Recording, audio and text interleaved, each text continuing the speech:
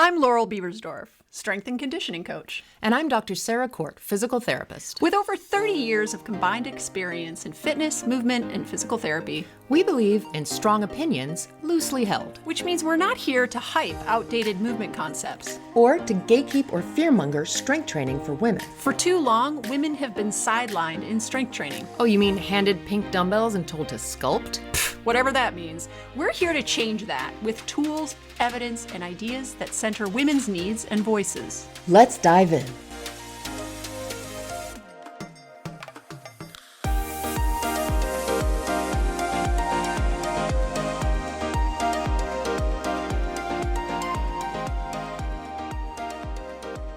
Welcome to Season 7 of the Movement Logic Podcast. I am Dr. Sarah Court. I'm a physical therapist, and I'm here with my co-host, Laurel Beversdorf. Dorothy. What? Dorothy and the Wizard of Oz. Oh, it's like I've never said your name before. I'm here with my co-host, Laurel Beversdorf, CSCS, strength and conditioning coach, and yoga teacher. Laurel. What is going on? My daughter started the first grade. Amazing. And how's she doing? She loves it. She loves school. Oh, that's nice. It's pretty sweet. Yeah, she loves school. What else? I am running, but not as much as I did for the marathon, which is nice because then I have time for other things. But you are still potentially going to run the Boston Marathon if you get it. Yes. Right? Oh, yeah. So that's something. My validated time was accepted. Nice. By the Boston Athletics Association or whoever's in charge over there. And so now I just need to apply in the window and hope that there wasn't some huge influx of really strong runners that are in my age group that decided to submit their times, because I think based on where the cutoff was last year, I should be in, but we'll see. Okay. I also got accepted into the master's program. Woo! A&M. So thanks for that stellar letter of recommendation, Dr. Court. Oh, it was absolutely my pleasure. I love writing just glowing reviews of humans. So yeah, that's cool. I'm starting classes at the end of this month. Amazing. And the first class is all about research, which is exactly why I'm doing this. So I'm excited. Yeah, nice. How are you? I'm okay. My sort of biggest banter, honestly, is how long it took me to prep this episode. Because last week at some point I texted Laurel and I was like, I don't think this is not going to take that much time. We know what we want to say. We know what the problem is. We know what our argument is, Yeah. And then I start writing it. And to be perfectly honest, part of why it took so long is while it would be relatively easy to just sit down and say, these people are full of shit. Spoiler. Sorry. What I really wanted to do was actually go in really methodically into the evidence, into the scientific clinical terms, into the various pathologies, and really look at the research, really discuss what their claims were and how they were often completely the opposite of what the research is showing. And so that just took a little more time. I learned a lot about different breathing pathologies, more than I knew before. So yeah, I mean, that's one of the things as well, is like the deep research. To me, it's always fun because I think you've said this in the past as well. It's really fun to just learn more. Oh yeah. And so I look at it like that, like I'm just getting smarter. Yeah. So you spent a lot of time collecting receipts. And you fucking brought them. Do they have CVS in Alabama? Yeah. You know those incredibly long CVS receipts? Have you ever seen those? Yes, there's like coupons and stuff. Yeah, and I saw a picture one time of somebody dressed as a CVS receipt for Halloween, and he just had this giant long piece of paper that trailed off on the ground. They give you the longest receipts. So I have a lot of receipts, basically. I have a CVS level receipt for this whole episode. All right. Well, once again, we are calling YogaU Online to task for some sketchy pseudoscientific claims they used to promote a workshop that is currently on their website with Doug Keller, who, if you are not familiar, is a pretty well-known teacher in the yoga world. Laurel, did you ever take a class or workshop with Keller? I haven't, so I can't speak to anything about his teaching style. No, I don't know anything about him other than the little freebie workshop we took with him. I had heard his name before, so I did know that he had some reputation Yeah. preceding him. He's well known. Yes. As you may recall, listeners, we first called out YogaU around their yoga for osteoporosis claims, a lot of which was based on Dr. Lauren Fishman's infamous study, which we've talked so much about, which tried and failed to show that yoga can increase bone density. We've talked a lot about this study and its impact on the yoga community in episodes 5, 38, 79, and 92. These are all linked in the show notes. Subsequently, we got emails from both Eva Norlick Smith, who is the co-founder of YogaU, and also from Fishman. And neither were happy with us, but there wasn't much else either of them could do about it. There is a PS to this story, but let's put a pin in that for now, and we're going to come back to it later on. Okay. So then a couple months ago, we heard about a new workshop that YogaU was promoting called Yoga for Osteoporosis, How Breathing Affects Your Bones, taught by Doug Keller. And there was a free webinar with Keller to learn about what was in the workshop. So we, of course, signed up for the free webinar because we were like, breathing for your bones. And we have an Instagram post that we made of the two of us listening to the webinar and just reacting in disbelief to the crazy things that were said.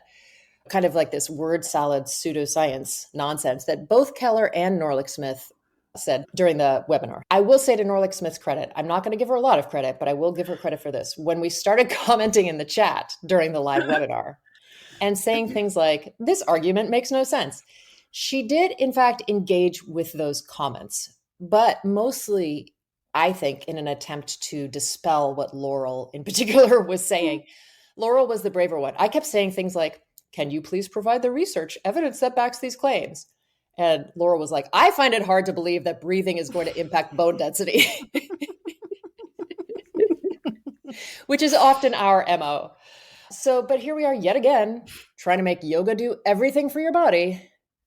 In this case, they're trying to make pranayama, which are the breathing practices of yoga, one of the 8 limbs of yoga. They're trying to make pranayama impact your bone density. So here we are yet again, trying to force yoga practices to be the be all and end all of what you need to do for your body. And I do just want to say before we get into it, Laurel and I both have great respect for the practices of pranayama and the different techniques that we each learned as yoga teachers and practitioners. And this is in no way us taking issue with those practices themselves. We are questioning whether those practices do anything meaningful to impact bone density and cardiovascular health, as was claimed in the webinar. That's it. Laurel, why do you think that so many folks in the yoga community are so apparently desperate to make yoga the one thing that fixes everything? Well, I know why YogaU is so desperate for it, because they have a bottom line to support, and yoga is their product on offer. But I think in general, the community that is yoga, and I by no means mean all yoga practitioners or all yoga people when I say this, but I do think it's changing for the better. But, if I kind of let myself go a little bit here, stream of consciousness maybe, but let's be honest, this isn't even that hot of a take because our whole podcast really lives in this territory. But I think there's still this stubborn belief that yoga can solve every physical problem somehow, right? Some people genuinely think that yoga cures diseases. So it's no shock that they might also think that yoga can meet all of our strength needs or that it builds bone, right? And when you take into account that we are living inside a capitalist system, it's the air we breathe, figuratively speaking. Capitalism has these endless tentacles that are able to reach into our brain through clever marketing, and yoga often gets sold to older women as the exercise they should be doing to stay graceful and safe and to make them ageless somehow. And then meanwhile, those same women are told in so many ways through that persuasive marketing that strength training is not for them. It's dangerous. It's for men. It's for younger people. It will make them bulky. It will make them unfeminine. And then by society's warped standards, less valuable. Strength training in their minds, I think, becomes like, look at all the people who don't look like you who do this activity. Therefore, it's not for you. You should stick to the thing that people who look like you are doing, and that is yoga. And then there's the narrative that yoga is the antidote to all of what strength training is not sufficient for, right? So yoga is peaceful. Strength training is too aggressive. Yoga is gentle. Strength training is too harsh. Yoga will refill your cup. Strength training is a part of burnout culture. Plus, strength training might make you tight. It might ruin your asana practice. And for a lot of people, it's the asanas that are representative of yoga as a whole, even though they're one small sliver of yoga. It also becomes this us versus them thinking, this tribalism where I've seen it, I've felt it, I had these beliefs myself. Yoga folks will often turn their noses up at strength training, at fitness in general, or anything that isn't yoga. The stereotypes kind of write themselves. Like gym bros, meatheads, they're red-faced and they're grunting through their mindless workouts. All they want is bigger muscles and better butts.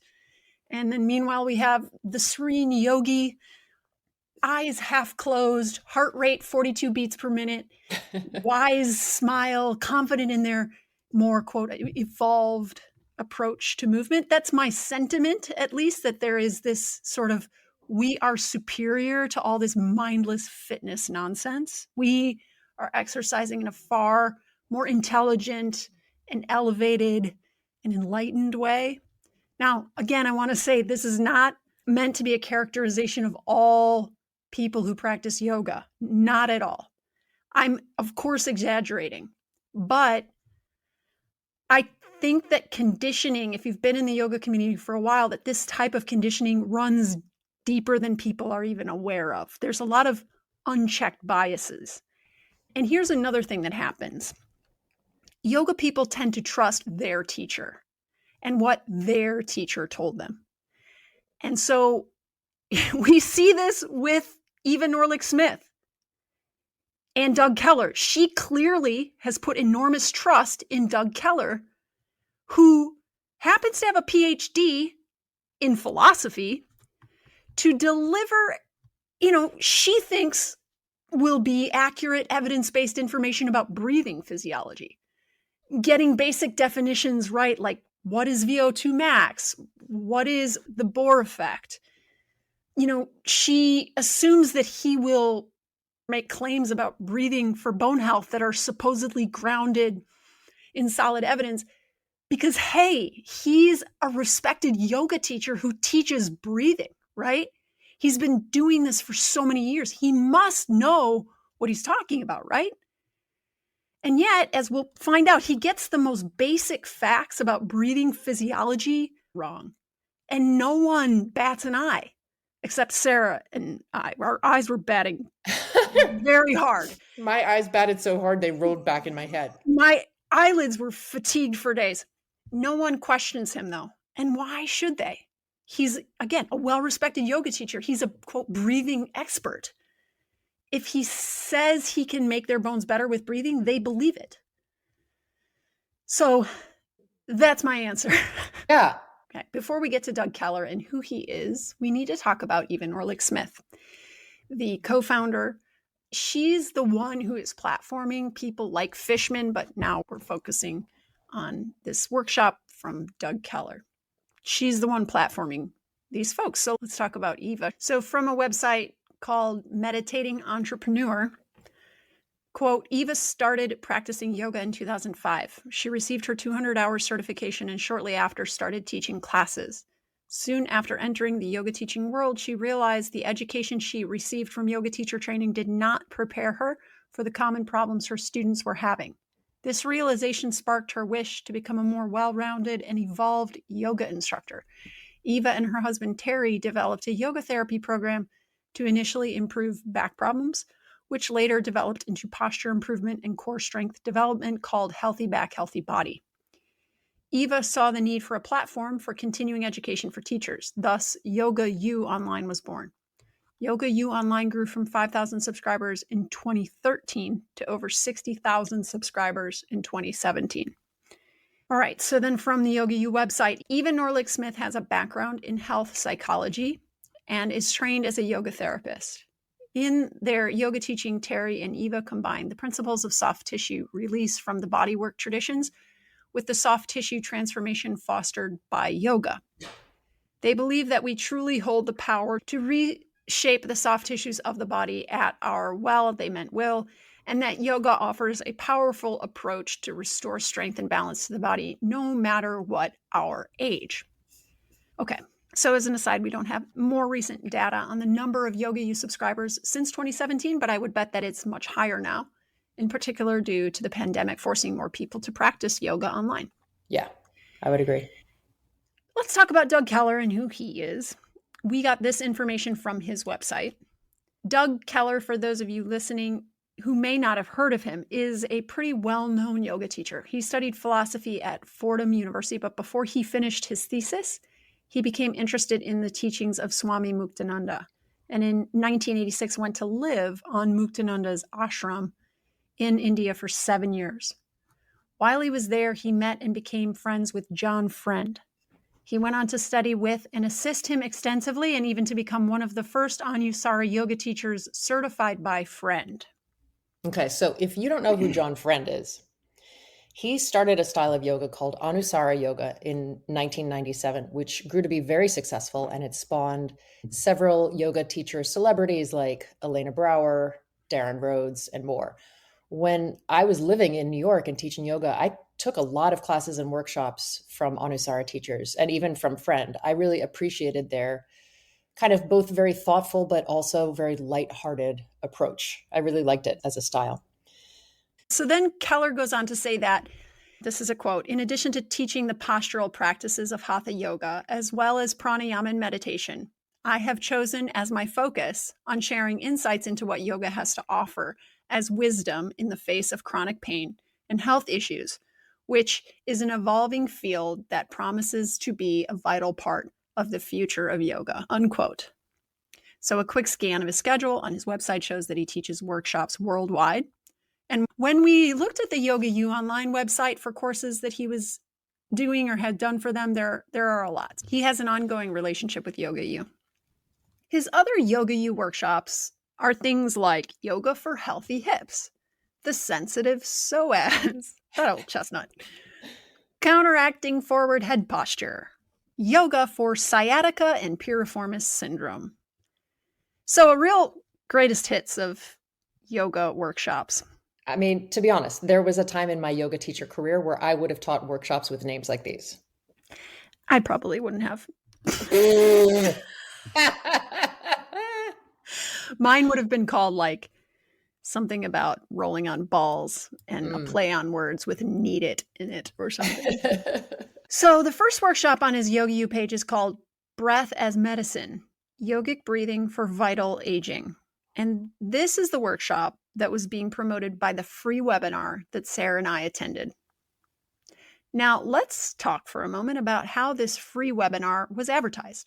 The free webinar was being used as a marketing technique to get people to buy the Breath as Medicine workshop. And this, by the way, is a strategy that we use a lot at Movement Logic for our bone density course.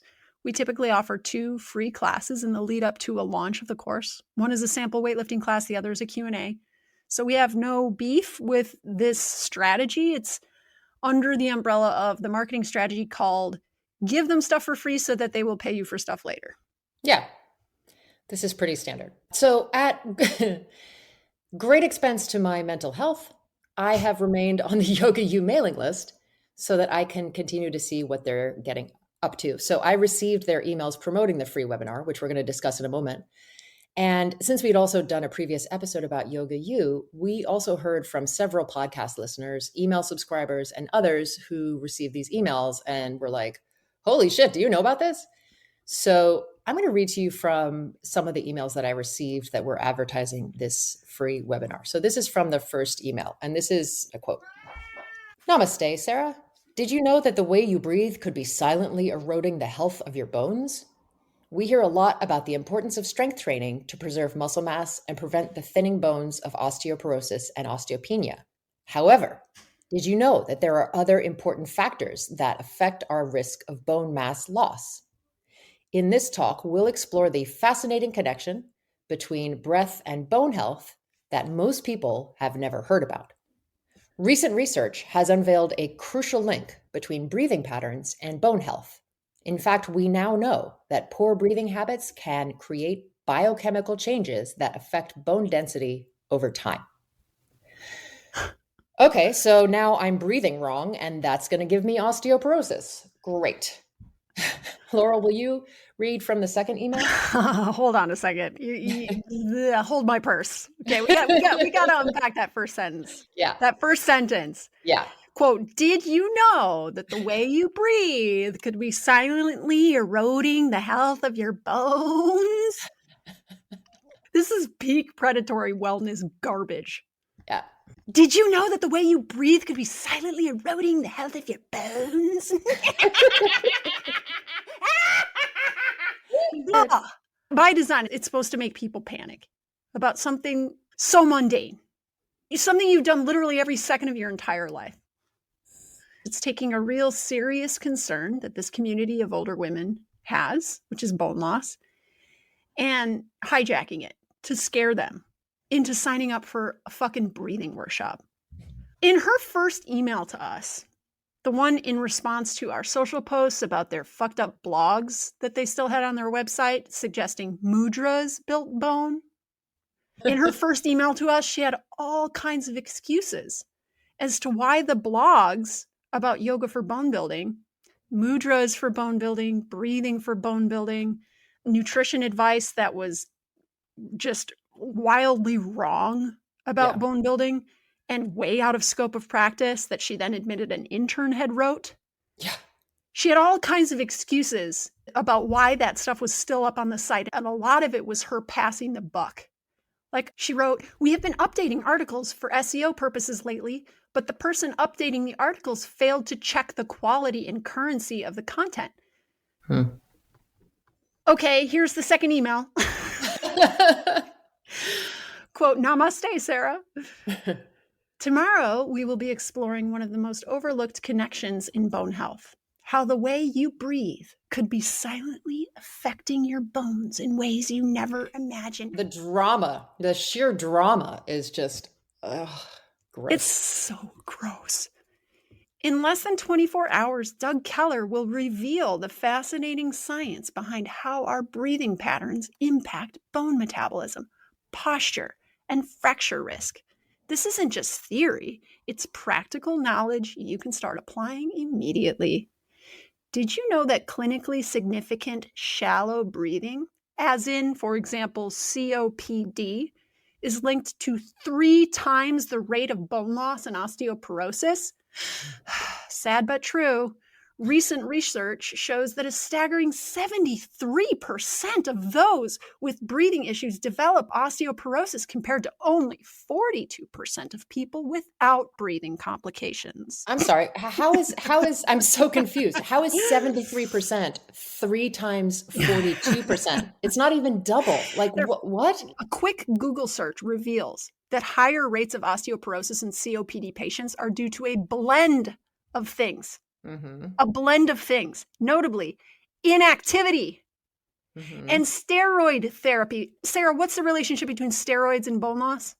It's a secondary cause of osteoporosis. Additionally, higher rates of osteoporosis can be due to poor lung function, resulting in hypoxia, where the body's tissues do not get enough oxygen. But that is not something you fix with breathing exercises.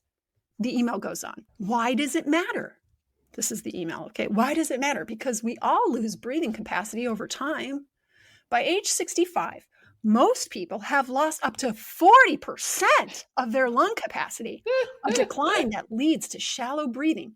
This in turn sets us up for numerous issues, including accelerated bone loss. I'm sorry, no, 40% is disease territory, not normal aging. So stop inflating numbers to make people think they're broken. Okay, the email goes on. This isn't just correlation, it's a direct cause and effect relationship that most of us have never heard about.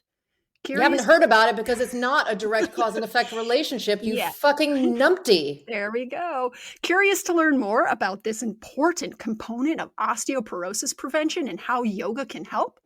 Join renowned yoga therapist Doug Keller for a free talk live online tomorrow.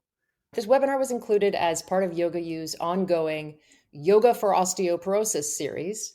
Before we dive into the claims about how breathing affects your bones, there were also several claims made in the webinar about breathing and cardiovascular health that were also extremely questionable.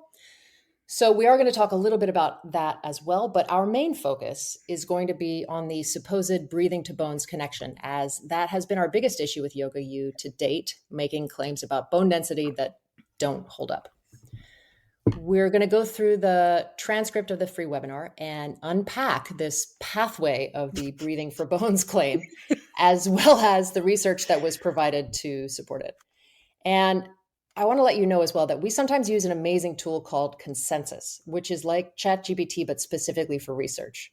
So whenever there's a general claim made, like by age 65, you will lose 40% of your lung capacity, I will punch that claim into Consensus.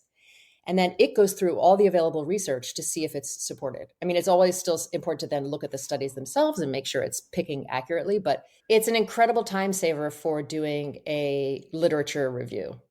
Okay, so Norlick Smith starts the webinar by introducing Keller and making the point that both of his parents were scientists, so therefore we're getting it straight from the horse's mouth.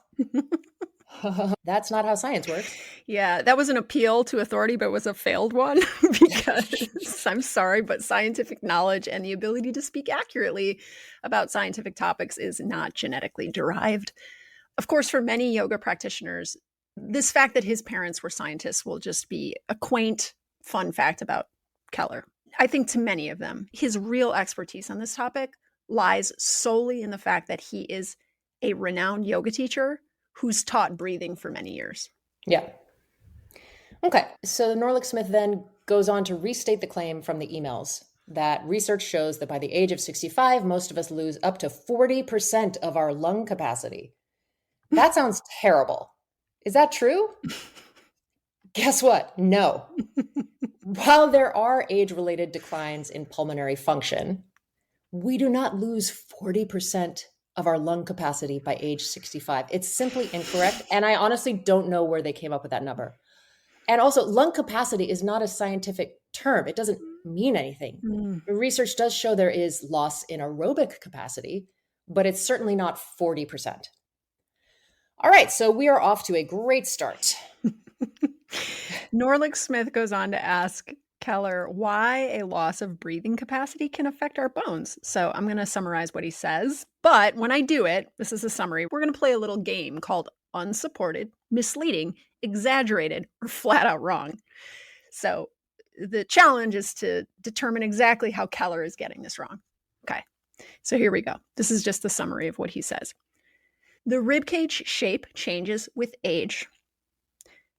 Okay, that one's misleading. It doesn't clarify that, yes, the rib cage changes shape with age, but a tiny bit, right? Not a lot. Okay, next thing he says, this rib cage changing shape decreases your lung capacity. I'm going to give this one a misleading. Why is it misleading? While it's true that the rib cage changes shape a little bit, and maybe this affects your lung capacity, this is a gradual decline, and it's not a limiter for healthy adults. So if we're talking about a decrease in lung capacity due to a change in ribcage shape, this would be a diseased population, right? Not a healthy adult population. So it's misleading. And so then he goes on. This is the string of logic. This goes along with forward head position. Okay, this is totally unsupported. As we've talked about many times on this podcast, neck posture does not impact breathing mechanics. Okay, he goes on. And then your diaphragm can't function properly. Again, misleading. The only time your diaphragm doesn't function properly is in severe lung disease. And he goes on.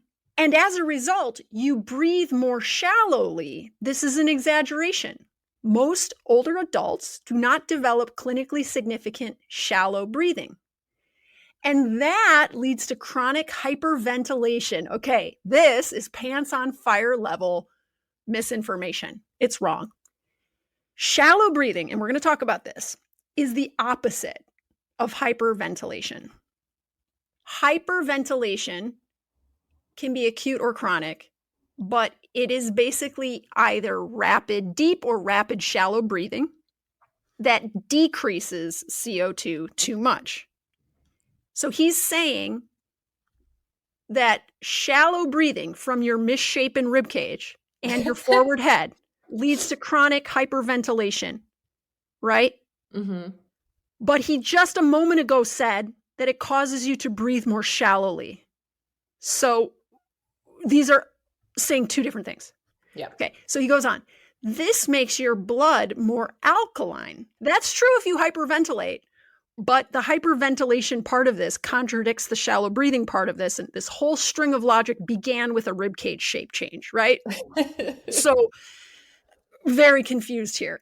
And thus, he goes on, and thus leads to the Bohr effect, which is when your red blood cells don't release their oxygen into your body. This is wrong. This is an incorrect definition of the Bohr effect. Okay, just really wrong. We'll discuss more. Also, that paragraph of trying to follow that logic, that's why this whole thing took me 15 hours, because I was like trying to take that apart and see, where is there a kernel of truth? Is there not? What, all of these things that you're saying, like, is this a stretch or is this just a lie? Like, it took a while to get through that. I think we've mentioned this phenomenon before, but it's Brandolini's law. Yeah. The bullshit asymmetry principle. It's on full display right now. This is Brandolini's law. The amount of energy needed to refute bullshit is an order of magnitude larger than it took to produce it. Yep. So Sarah's spent now, once this is edited and up, like upwards of 20 hours. Yeah. Researching, making sense of, trying to make sense of, and then correcting the information shared in this 40-minute webinar, right? Yeah. Listen, it's hard to put the toothpaste back in the tube. It's hard.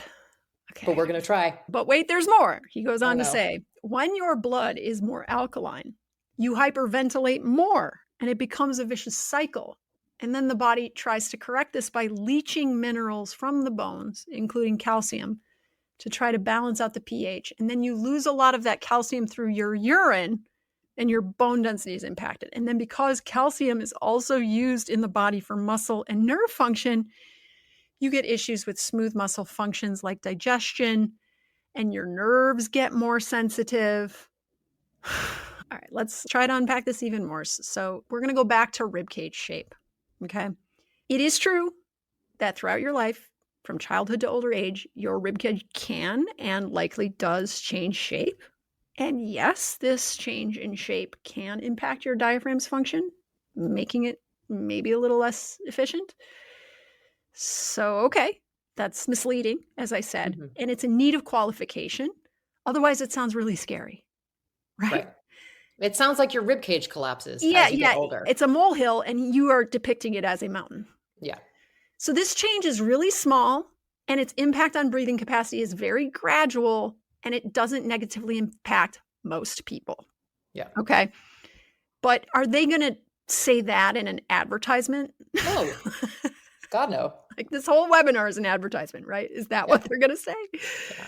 Here's where we need to take a moment before we dive into this claim that Keller is making and really look at the different terminology that is out there to describe the various dysfunctional ways we could be breathing.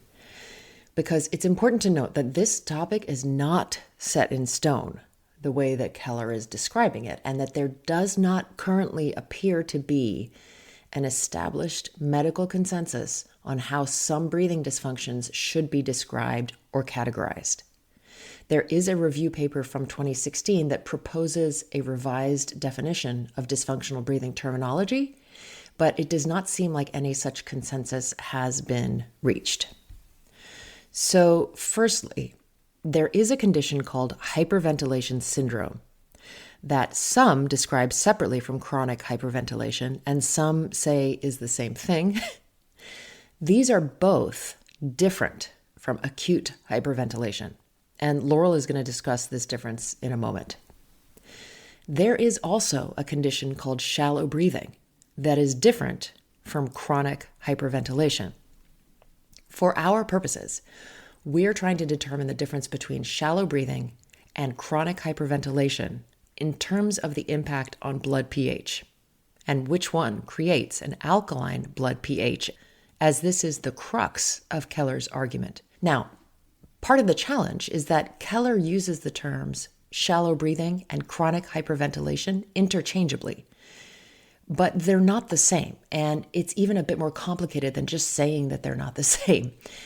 So I think the simplest way to understand it is that chronic hyperventilation is when you are breathing more than your body's metabolic needs, and shallow breathing is when you are breathing less than your body's metabolic needs. With chronic hyperventilation, you end up exhaling too much carbon dioxide, and as a result, your blood pH will increase, and you will have a condition called respiratory alkalosis, meaning that your dysfunctional breathing has caused your blood pH to become too alkaline. With shallow breathing, you are just not breathing enough. So you end up with issues around not taking in enough oxygen, known as hypopnea. Now, there also exists, I told you it's not straightforward, there also exists something called tachypnea, which is rapid, shallow breathing. And this can sometimes lead to respiratory alkalosis, but it can also just be a symptom of a different underlying condition, like sepsis or liver disease, where it's the disease state that is actually causing the blood pH to become alkaline, not the type of breathing. So you can see how this is not as simplistic as shallow breathing leads to chronic hyperventilation, leads to, etc., as Keller is attempting to make it. The most important factor in this definition is what conditions can cause higher blood pH. And from the research, we can say that yes, chronic hyperventilation can cause blood pH to become more alkaline. But chronic hyperventilation cannot simply be diagnosed by looking at a person and how they are breathing. And it's typically a result of a respiratory disease like asthma or COPD. It is not a condition that affects most people. Okay. Now here's where we need to talk about the difference between acute hyperventilation and chronic hyperventilation. Okay. This is something I didn't know about before getting ready for this episode. I'm glad I know about this now. So when you think about acute hyperventilation, you might visualize someone breathing really quickly, kind of panicky, visibly distressed, and then someone gives them a paper bag to breathe into, and they are then able to slow their breathing down and return to normal breathing. Sarah, I have never hyperventilated before. Have you? Yes, actually, weirdly. One time, this was probably 20 years ago, 25 years ago, on an airplane. I don't know exactly what set it off, but it felt like I was having a panic attack and I couldn't slow my breathing down. It was just happening to me. I had no control. It was really scary. Yeah. But then I grabbed the sick bag and I breathed into it and it got better. Santa Monica is renowned for its woo-woo-ness, but I got sucked into this class in Santa Monica one time that claimed to be about like accessing your chi or your energy or something. It was basically hyperventilating until you felt buzzing in your hands, which they claimed was you accessing your energy. And I was like, no, this is what happens when you hyperventilate. It's literally a symptom. Yeah, this is not my chi. This is my body being like, this is wrong. Can we fix this, please? So when you hyperventilate like this, okay, and let's characterize this. This is the acute event, right? It's an attack of hyperventilation. This is not a chronic condition happening all the time. What's happening is that you are taking deep, rapid breaths, and you end up expelling too much carbon dioxide from your body as a result. When you expel too much CO2, carbon dioxide, from your body, your blood pH rises and becomes more alkaline, and you can experience dizziness and lightheadedness, the tingling in hands and feet that Sarah described, and potentially even chest pain. This is a condition called hypocapnia. This is too little CO2 in your blood. Your blood is alkaline. The reason why you breathe into a bag like Sarah did to fix this is that your exhale then contains the carbon dioxide that your body needs. So you breathe in this mix from inside the bag that then has more CO2 than regular air levels do, which causes your blood pH to stabilize, and then you can return to normal breathing. Okay? So that is what acute hyperventilation is. It's what we picture when we think of hyperventilation, I think. But there's also something called chronic hyperventilation syndrome, which is characterized by rapid, shallow breaths, where acute hyperventilation is characterized by rapid, deep breaths. Acute hyperventilation is an event, right? Chronic hyperventilation is a dysfunctional baseline. It's a persistent pattern of breathing too much to relative metabolic needs, rapid, shallow breaths. Another more layman's way to say this is overbreathing. Overbreathing, okay? So overbreathing and chronic hyperventilation are the same thing. But then there's something called shallow breathing. This is characterized as a type of hypoventilation, meaning you are not expelling enough CO2, versus hyperventilation, when you are expelling too much CO2. So Keller's entire claim collapses the second you have an accurate definition of the phenomena he's describing. He has you believe that aging turns us into shallow breathers and that this somehow causes hyperventilation, which then supposedly wrecks our blood chemistry and our bones. But here's the thing, okay? Hyperventilation means you're blowing off too much CO2. Hypoventilation, shallow breathing, it means you're just not getting enough air exchange of both your oxygen and your CO2. You're not getting enough gas exchange. Mm-hmm. Got it. So normal age-related changes in lung function don't produce either one of these issues, right? Most healthy 65-year-olds aren't walking around in a state of CO2 crisis. Their lungs still meet their metabolic demands just fine. The only people who actually develop CO2 imbalances are those with medical conditions. Think conditions like COPD, chronic hyperventilation syndrome, which is a functional breathing disorder. And even then, those situations have nothing to do with just simply getting older or forgetting how to breathe. So shallow breathing and chronic hyperventilation are not the same thing. And even though Keller's focus is on chronic hyperventilation, it seems like he's using the terms interchangeably. So that's also concerning right off the bat. And what's extra rich is that Keller describes how you can tell by someone's physical posture and appearance that they are chronically hyperventilating. After all, it's yoga. We got to get that posture part in there, right? And again, I will reiterate, because he also wants to connect forward head posture with shallow breathing. Posture is rarely, if ever, a validated diagnostic marker for anything. Okay? That's what research shows. A lot of research, mountains of it. Occasionally, posture is a diagnostic marker, correct me if I'm wrong, Sarah, for severe structural conditions, advanced neurological disorders, or acute injury or pain avoidance behaviors, right, Sarah? Yes, that sounds like a really accurate list. Occasionally, but it most certainly cannot diagnose breathing dysfunction. Research indicates that you actually need to use diagnostic tools like capnography, which is the measurement of CO2 in exhaled breath, to be able to tell if it's chronic hyperventilation or shallow breathing. Also, just as a general FYI, there is actually not a lot of research on this at all. Yeah, really not. The populations that are most likely to be chronically hyperventilating are the following: people with panic and anxiety disorders. And by the way, this is not the same as being a little stressed out. Okay. And then people with asthma, right? So about 8% of the population has asthma. And then COPD, that's about 5% of the population. By the way, COPD stands for chronic obstructive pulmonary disease. Okay, those are the populations most likely to be affected by chronic hyperventilation.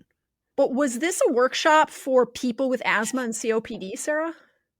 It wasn't, but if it was, that would have been wildly out of scope as well. Yeah. All right. Oh boy. It's also seen more commonly, chronic hyperventilation is seen more commonly in women than men, which may be related to the fact that women report more anxiety disorders than men. Yeah. So just to reiterate, the original claim by Keller, once your ribcage posture changes and your diaphragm is not as efficient as it was, then you start breathing shallowly, and that turns into chronic hyperventilation. Here's how we really know that Keller is not a scientist, despite the fact his parents were. No actual scientist would ever claim with a straight face that the shape of your ribs single-handedly caused chronic hyperventilation.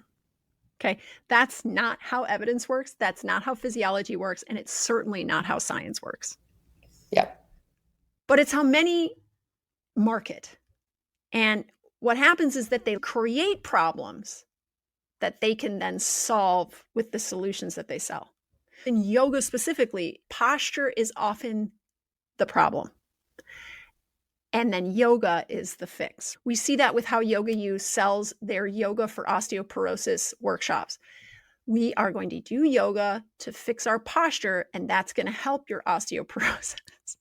Creating problems and then selling solutions to them is a hallmark of pseudoscience. And the fact that this is happening under the banner of yoga, that's the antithesis of what yoga is supposed to be. Yeah, I agree. All right. So where did they suddenly get really excited about chronic hyperventilation? This is not something you hear about every day, right? So where did this come from? In 2020, James Nestor published a book called Breath. And of course, the yoga community was all over it. In this book, Nestor puts himself through a variety of breathing experiments and techniques, many of which are extremely uncomfortable, like plugging his nose for a month and only mouth breathing. He then reports on the experiments and his own experiences from learning all these different techniques. Nestor's book got everybody, including me, really suddenly interested in nose breathing versus mouth breathing and the efficacy of each. And we did 2 previous episodes about it. That's episode 10 and 19. They'll be linked in the show notes. I will say at this point, listening back to those episodes, I was nowhere near as tough on his claims as I would be nowadays. Yeah. It was a different time. We Yeah, were not. I read his book. I don't know if I read the whole thing. I read like probably half of his book, and I also was not reading it with a critical eye. Can I just say the book actually inspired me to take Aliana to an ear, nose, and throat specialist because she was breathing through her mouth almost exclusively during that time. She had humongous tonsils. Oh, wow. I was concerned that the mouth breathing was going to be like permanently detrimental to her because I was also hearing things about that, like changing the shape of the child's face and a lot of other things that have since been deemed pseudoscience, right? Yeah. And scare tactics. And the MD, and I'm reading into this probably, but I kind of tell she was a little impatient with me. And she was like, she's fine. Like, yes, her tonsils are swollen, but that's okay. And that's like really common with children, and she's fine. And I kept like, kind of like, so the mouth breathing, and she's basically like, look, like she's probably in her head. She's like, there's nothing about surgery at this point in the guidelines. Like what, like, right. You know, and I left that and I was like, okay, I'm going to trust the MD. And then like weeks later, basically I realized like I maybe should not base what happens with Eliana's tonsils off of fucking Breath by Nestor. That's really funny. I didn't know that story. Yeah, I know. I just thought of it actually. That's funny. Yeah. So I read the book again recently. And one of the challenges reading the book critically is that while there is a reference section at the back, it's presented in this weird kind of narrative descriptive style. There's no like citation number in the text that then links to the exact paper or papers he's referencing. It's sort of like a discussion of ideas and like he throws a paper in here or there. So it's not totally devoid of references, but he does not make it easy to trace his claims to specific things. And I would have to believe as well, since a lot of the practices that he tries are under what would be called the alternative health category, there probably isn't much clinical research actually available. And frankly, like we were saying before, I think this is actually appealing to some people. And I Yeah. think it's really appealing to a lot of people in the yoga world who hold a sort of Western bad, Eastern Yes. good mentality when it comes to health overall. Yes. Okay, so one of the breathing techniques that Nestor learns is called the Buteyko method. So Konstantin Buteyko was born in 1923, and he went on to become a medical doctor. And according to Nestor, in the 1950s, Buteyko was doing his rounds in the hospital and noticed that all the patients who were suffering from respiratory illnesses, quote, seemed to breathe too much. So he developed a technique to try and help them. And if we look into Buteyko, it is a group of breathing techniques that are aimed at reducing this kind of chronic hyperventilation by increasing carbon dioxide levels in the body. I accessed a couple of different websites. There didn't seem to be one like central website, or at least I couldn't find it. But one of the websites I accessed said it helps people with asthma, panic attacks, sleep apnea. And then they also included things like stress, brain fog, anxiety, the kind of thing that you can just tack on the end of anything and nobody can argue. So the idea is, as we said before, that chronic hyperventilators are overbreathing, and the Buteyko technique focuses on slow, shallow nasal breath, as well as breath holding exercises. And very specifically, the breath holding exercises are holding your breath after you exhale, so holding the breath out. And the method also teaches something called that they call the control pause as a way of measuring how long you can hold your breath out. Now, on the website, it did not say how long you should be able to do this for, but it did mention a goal of 20 seconds. But on this particular website, there was no information available on what that number was based on. So Keller is essentially recycling the Buteyko narrative here, which is that because you're exhaling too much carbon dioxide, it's starving your body of oxygen, which that might not make sense, but it actually does physiologically make sense. We'll talk about that more in a second. And according to him, if you can't tolerate, this is something he said in the webinar, if you can't tolerate holding your breath outside the body for more than 10 to 12 seconds, it's an indication that you basically have an intolerance for carbon dioxide. I did not find any reference to this time amount in the book Breath. And additionally, when I looked into the research, it did state that the exhaled breath hold is a way to measure carbon dioxide sensitivity, but there's no specific number that they correlate to specific tolerance levels. But, the plot thickens. The other book that Keller references is Leon Chaitau's book called Recognizing and Treating Breathing Disorders, a Multidisciplinary Approach. And according to Chaitau, an exhaled breath hold of less than around 15 seconds may reflect low tolerance to carbon dioxide, while a normal exhaled breath hold is around 25 to 30 seconds. And when I tried to figure out where that came from, I got to another Buteyko website. It's another totally different practitioner, and it stated these very specific criteria, like how good you are at holding your breath out and what it means for your tolerance to carbon dioxide. So it says poor, less than 15 seconds. Room for improvement, between 15 and 25 seconds. Good, above 25 seconds. Great, 40 plus seconds. But when I go into the evidence they cite on the other Buteyko website, once again, nothing clinically states that there is a specific time that correlates to specific sensitivity. So these are made up numbers. Yeah. And most of the evidence was related to people with pulmonary diseases like acute asthma or cystic fibrosis. So yeah. Okay, so here's the thing.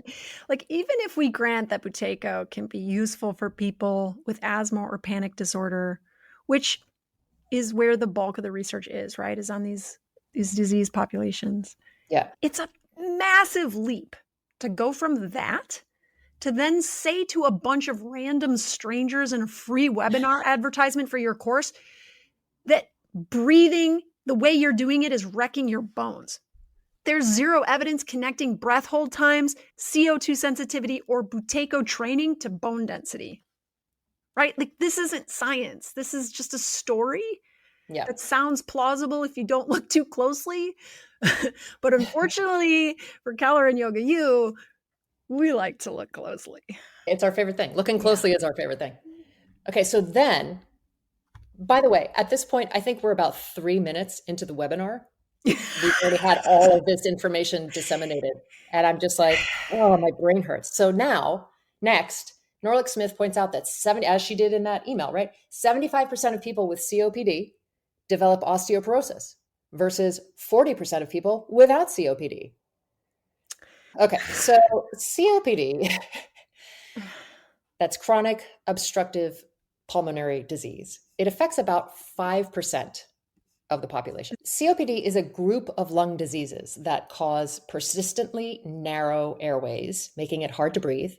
And they also cause inflammation to the airways. And eventually it leads to lung damage. It's progressive and there is no cure. It's often caused by smoking, but air pollution and genetics can contribute. All of this feels like it's that classic take a chronic condition, claim everyone is at risk for developing the problems that the people with this chronic condition have, and then sell people on the solution to the problem that they don't actually have. Using a treatment that would never be used, or maybe it would be, but like it would not be the first line of treatment. No. Okay. If we keep going past minute 3 of Keller's claims, he talks about your blood pH next. So let's do a quick pH review, shall we? pH is, I'm having flashbacks from chemistry, college chemistry. pH is a scale of acid to alkali, sometimes called base, from 0 to 14, with 7 being neutral. Okay, anything below 7 is acidic. Anything above 7 is alkaline or base. Normal blood pH is 7.4, so very slightly alkaline. Keller states that chronic hyperventilation, when you are exhaling too much and you are exhaling too much CO2, this makes your blood more alkaline, which means it has a higher pH and thus leads to the Bohr effect, which is when your red blood cells don't release their oxygen into your body. Okay. Yeah, that doesn't sound right. No. Okay, so we looked up the Bohr effect, and here is the definition. Okay, so hemoglobin is the part of your red blood cells that carries oxygen around your body. The Bohr effect describes how hemoglobin's affinity for oxygen changes based on the pH level of the blood. So hemoglobin will either hang on to oxygen or it will let it go, depending on your blood pH level. In tissues that are metabolically active, like your muscles, the muscle cells produce more carbon dioxide and hydrogen ions, lowering the pH and making it acidic. So this acidic environment tells the hemoglobin to release oxygen into the muscle tissue that needs it to function. So that's one part of the Bohr effect. It's going on all the time, and it's amped up when you exercise and your muscles are burning through more energy and need more oxygen.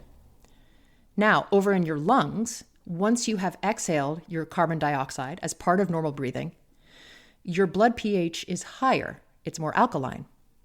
In this situation, the hemoglobin's affinity for oxygen increases, so it binds the oxygen more tightly and it doesn't release it. But that is on purpose, because when blood is circulating around the lung tissue, its primary job is to drop off carbon dioxide so you can exhale it. So it makes sense that you would not release as much oxygen at that point. It would be very inefficient. So the bottom line here is that the Bohr effect has two components that are both totally normal background physiological activities, and neither of which we need to worry about. The issue with how Keller describes the Bohr effect is that he only talks about what happens when your blood pH is too alkaline and how that inhibits the release of oxygen. And he says this several times. What he is leaving out, as I described, is that the Bohr effect occurs in two different ways, either releasing oxygen or holding on to oxygen, depending if the blood is more alkaline or more acidic.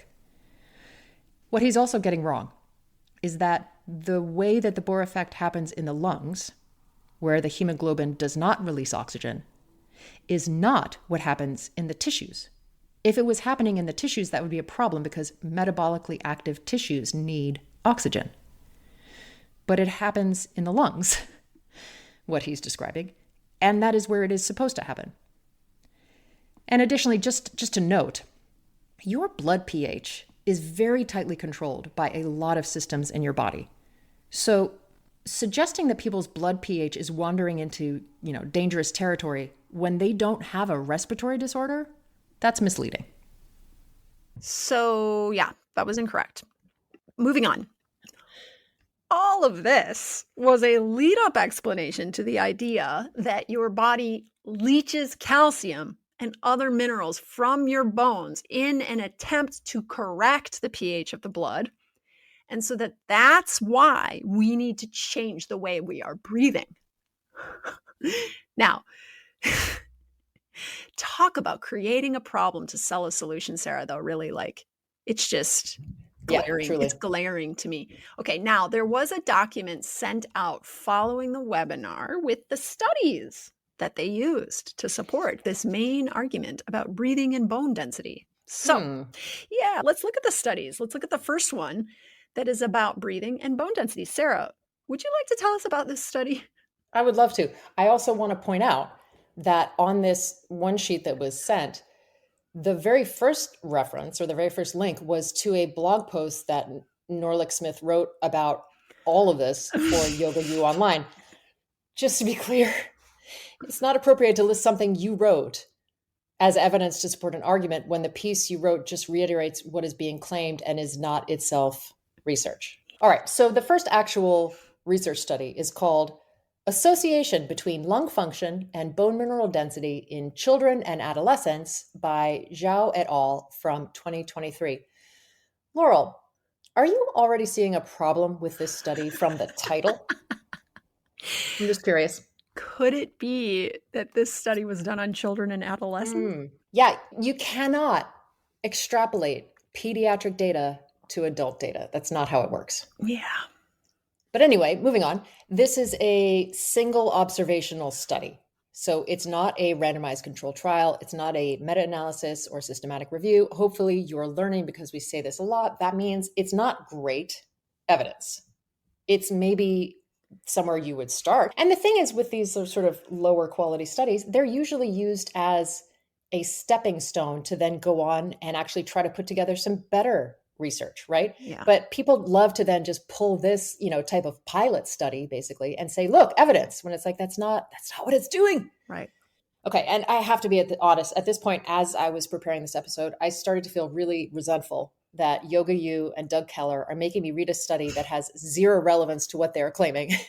Yeah. But I did read it, and I'm going to pull two quotes, because even though you can't extrapolate pediatric data to adult data, the study itself doesn't even prove what Keller and Norlick Smith are saying that it does. Okay, so this is from the introduction to the study, and this is a quote. Several previous studies have investigated the association between lung function and bone metabolism in adults. A study based on the Hertfordshire cohort study investigated the association between lung function and bone mineral density in more than 900 older adults. Still, the association was not statistically significant when adjusted for confounders. So just as a reminder, if it's not statistically significant, we cannot say that it wasn't because of chance.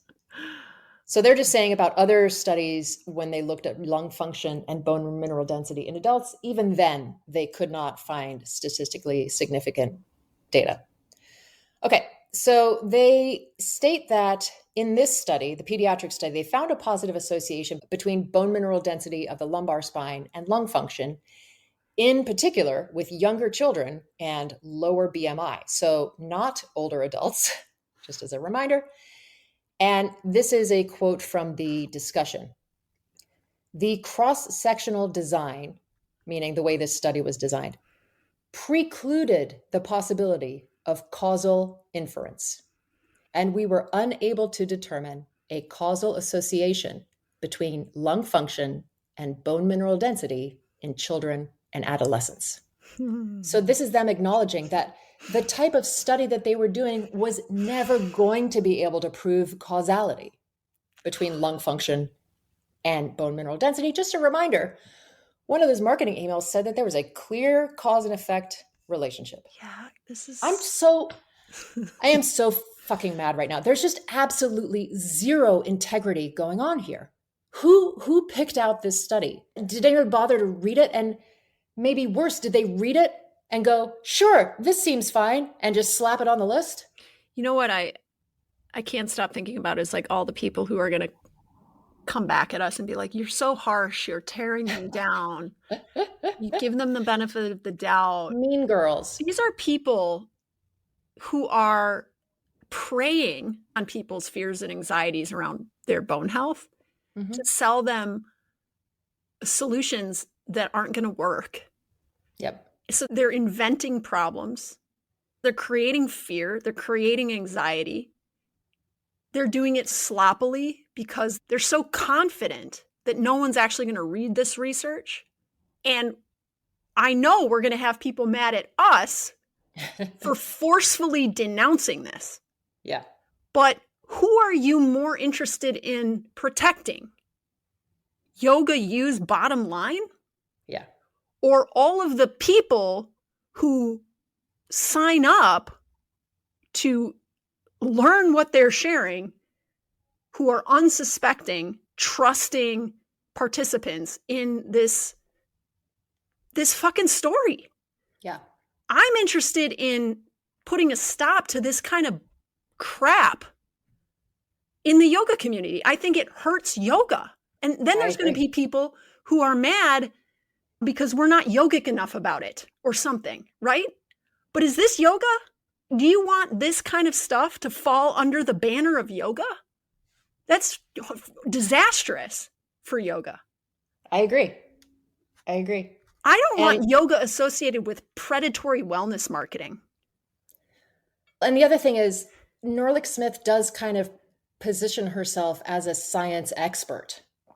Well, she has a PhD in health psychology. But I think that sort of claim goes a long way in instilling this kind of faith that she's not going to lead people astray. She's a science expert. Of course. Right? And it's just so unbelievable to me that you would try to like crowbar some bullshit research. So careless with people's health, with their psychology.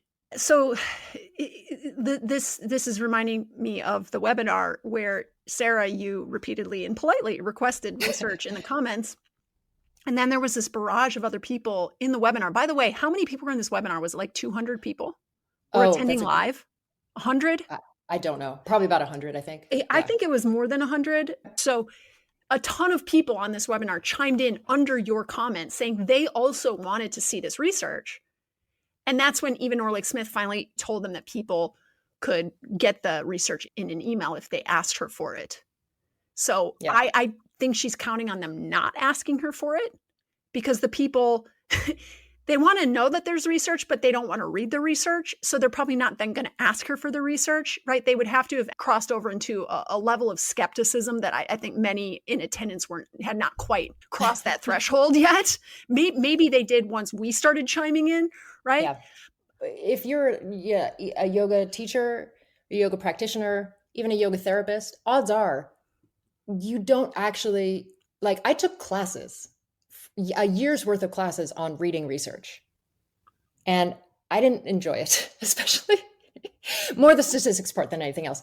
But learning how to take a critical eye to research is a skill. People are not born with it. And so, I mean, I'm wondering even just the promise of research might have been enough for people. Yeah, it is. Because they put their faith in them and their trust in YogaU and even Norlick Smith that they're not going to lead us astray. So this research must prove what they're saying it proves. Right. And just her saying there is research probably allayed anyone who was just having a glimmer of skepticism at that point. Was like, okay, so this is research based. Okay. Based on the kind of research that they've used in the past that they thought was okay, I think they were just like, this seems fine, and didn't really bother to like try to find anything better. Yeah.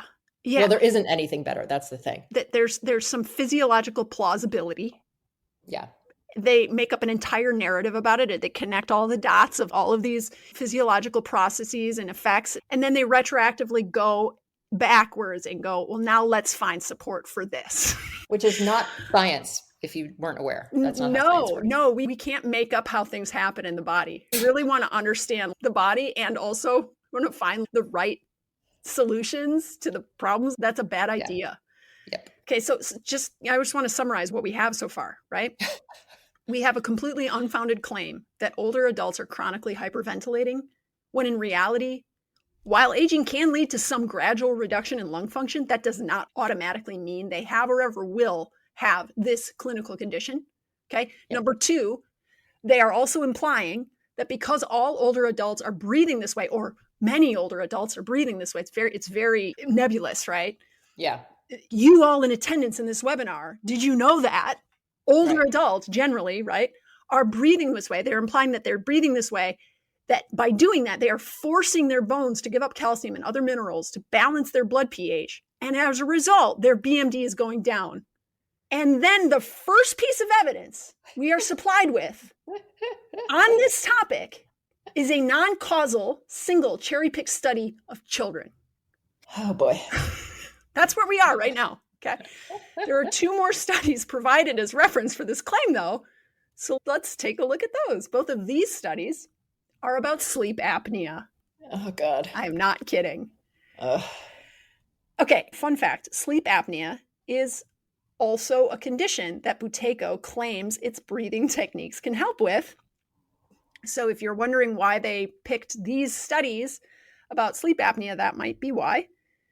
A quick definition of sleep apnea, if you are not familiar. Sleep apnea is a condition where breathing is interrupted during sleep. These interruptions can last from a few seconds to a minute and may occur multiple times per hour. The most common type, obstructive sleep apnea, occurs when the airway becomes blocked or collapses during sleep, preventing airflow to the lungs. This blockage can be caused by various factors, such as excess weight, large tonsils, or a narrow airway. 6 to 22% of the population has sleep apnea. Okay, but sure, let's extrapolate that to everyone. Yeah. Here's another issue with using this particular research, okay? Obstructive sleep apnea can lead to hypoxia, okay? We're going to define that. Hypoxia is when you are not able to get enough oxygen into your lungs. Now, this is not actually what Keller and Norlick-Smith are claiming is why you are losing bone mineral density. They are saying that the way you are breathing is causing you to lose too much CO2, and that's why you are pulling calcium out of your bones to balance your blood pH. Losing too much CO2 is not the same thing as not having enough oxygen. They can be related, but they are not the same thing. Yeah. And they can be related, and we're going to talk about how they can be related later on. But I mean, fuck, Laurel. I honestly feel at this point like they're making fun of us. Like, aren't Laurel and I the morons for trying to find honest to God evidence here? Yeah. Yeah.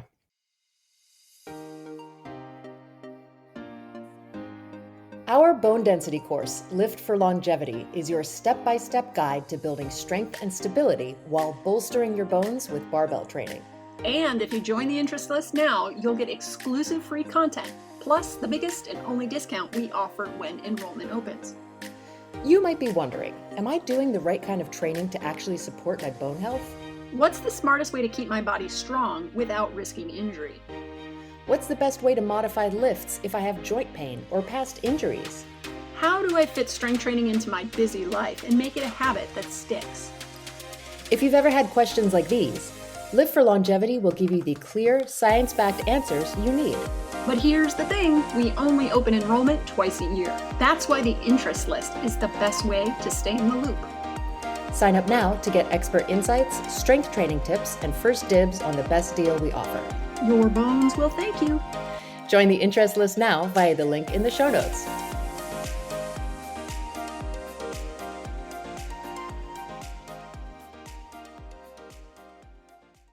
All right, well, let's hear about this sleep apnea. Okay, here we go.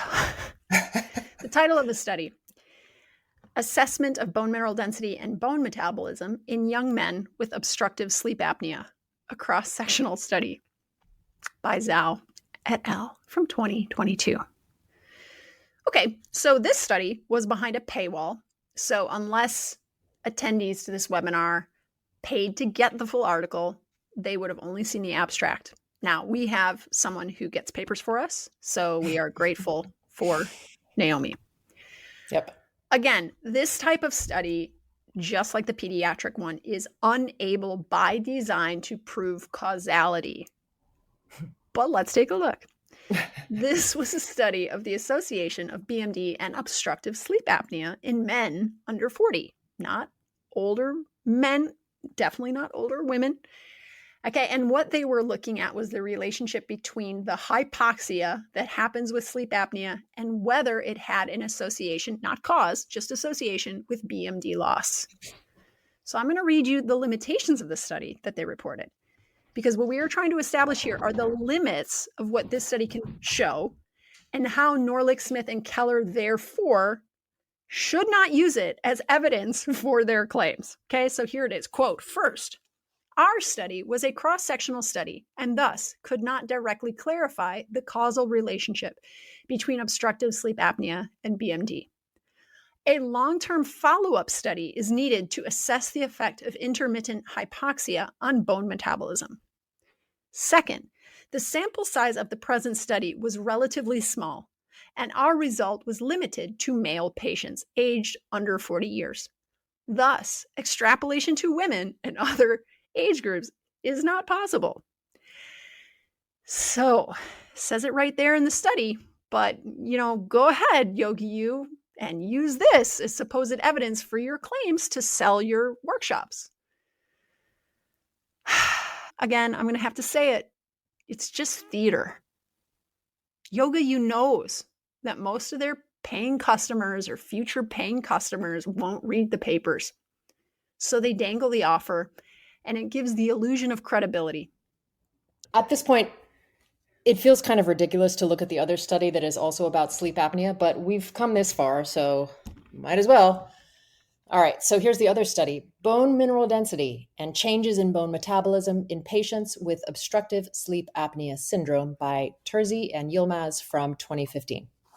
One of the things that both of these studies point out is that the population that has sleep apnea also often has a lot of other co-conditions like obesity that also actively impact bone mineral density. So we can't even say for certain that it is the hypoxia that is the only thing negatively impacting these people's bone mineral density.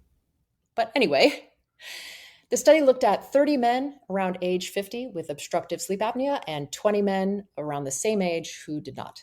There was a statistically significant difference in the BMI of these groups, with the obstructive sleep apnea group having a much higher BMI than the control.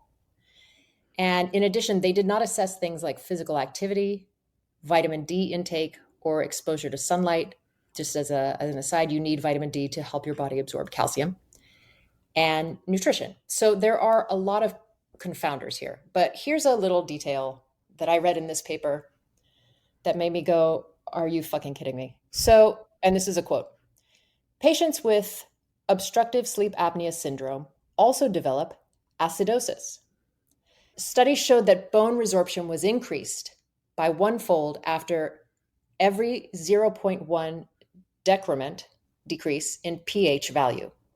In addition, acidosis negatively affects bone matrix mineralization.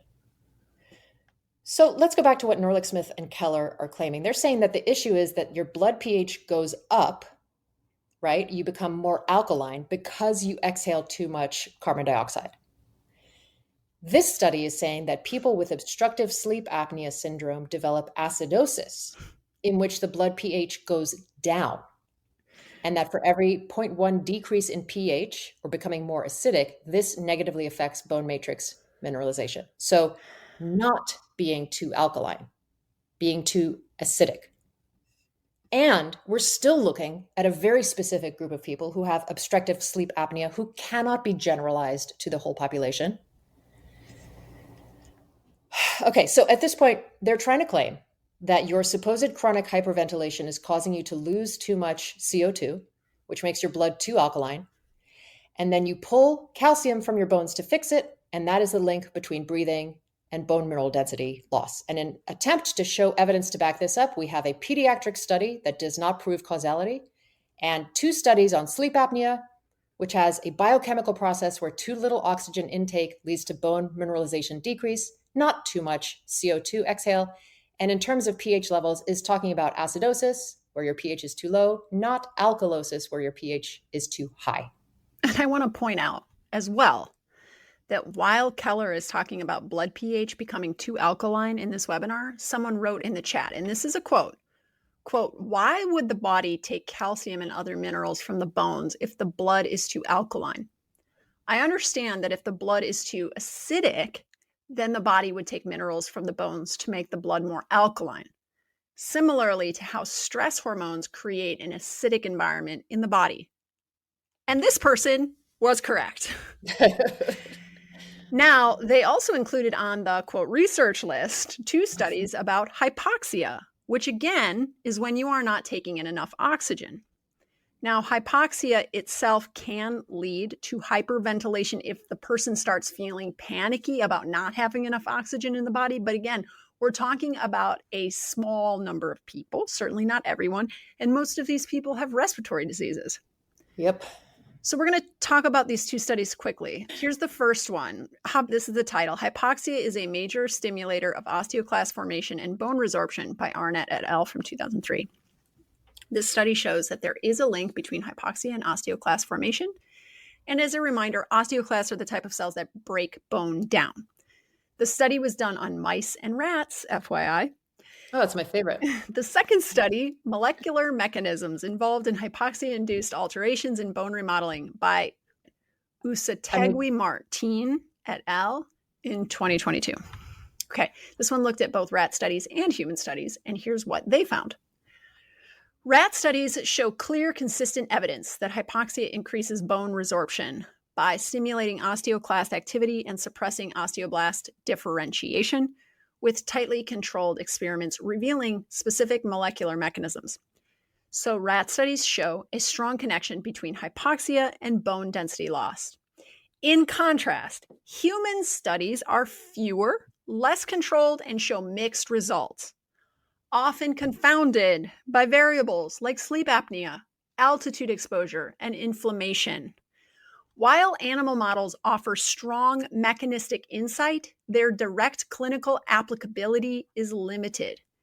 Human data are more relevant but inconclusive, making the case that hypoxia can alter bone remodeling, especially in chronic or severe cases, but the strength and direction of that effect remains uncertain in real-world populations. Because humans don't spend their lives in cages in a lab. Nope. And they're not rats, right? We are not large rodents. Last I checked. So okay. Very much not the thing you don't know about that is giving you osteoporosis. Just a reminder, here's what Eva Norlick-Smith's first email said. Quote, "Recent research has unveiled a crucial link between breathing patterns and bone health. In fact, we now know that poor breathing habits can create biochemical changes that affect bone density over time." Sometimes when I'm angry, I get really loud and angry. And sometimes when I'm angry, I just get really quiet. And the quiet, angry Sarah is a way more dangerous angry Sarah than the loud, angry Sarah. And yesterday, when I was working on this, I was feeling very like, Hulk smash about it. And today I'm just quietly furious, that's the mood I'm in when I feel like I want to slash somebody's tires. All right. So, which you should do quietly so you don't get yes. I mean, if you're going to slash tires, don't draw attention to yourself. That's number one. Okay. All right. I just want to keep going back to this claim. So we've established so far that this main claim, right, the big claim that they're using to promote this workshop has no evidence behind it. Even though they submitted 5 research papers, none of them prove anything that they're trying to prove. And then just to reiterate, the claim was that everyone's ribcage shape changes. They then become chronic hyperventilators, which leads to hypoxia for everyone, which then causes more bone resorption, and you get osteoporosis. Did I miss anything? Okay, to summarize what we found, your ribcage will likely change shape as you age. Will that automatically lead to chronic hyperventilation? No. That's most likely to occur in certain populations like people with asthma, COPD, or anxiety and panic disorders. Will that also lead to hypoxia for those populations, perhaps? Is there proof that hypoxia in humans causes bone loss? Not at the moment. It's a house of cards, right? Yeah. You pull one card and the whole thing falls down. Yeah. All right. Well, how's everybody doing? How you doing over there, Laurel? So at this point, we've basically established that their main claim is completely unfounded in science. It actually gets a little more fun now, believe it or not, because there were also a lot of other bizarre claims made throughout the webinar. There were so many of them that this podcast episode could be a novel, frankly. Yeah.